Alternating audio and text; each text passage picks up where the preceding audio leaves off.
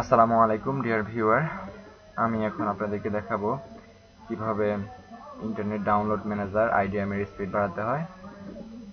তো এটা একটা সিম্পল একটি ব্যাপার, আপনারা সবাই পারবেন এটা। আমরা প্রথমে ইন্টারনেট ডাউনলোড ম্যানেজারটি ওপেন করি, তারপর ডাউনলোড অপশন থেকে অপশনে ক্লিক করি, দেন কানেকশনে ক্লিক করি।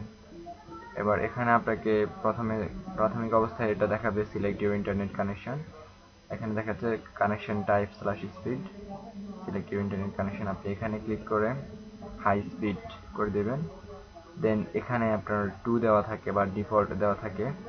এখান থেকে আমার 32 আছে, আমি 32 করে দিলাম। আপনার যত আছে আপনি একবারে শেষ সংখ্যা পর্যন্ত করে দেবেন, দিয়ে ওকে ক্লিক করবেন। ওকে ক্লিক করবেন। তারপর আপনার ইন্টারনেট ডাউনলোড ম্যানেজারটি এক্সিট করবেন, এক্সিট করে আবার ওপেন করবেন। এই পদ্ধতি আমার অনেক ভালো কাজ করতেছে, তাই আমি ভাবলাম আপনাদের সাথে শেয়ার করি।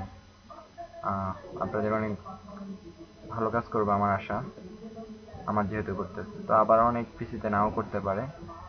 তো যাদের কাজ করবে তারা অবশ্যই আমাকে আমার ভিডিওতে লাইক কমেন্ট করবেন।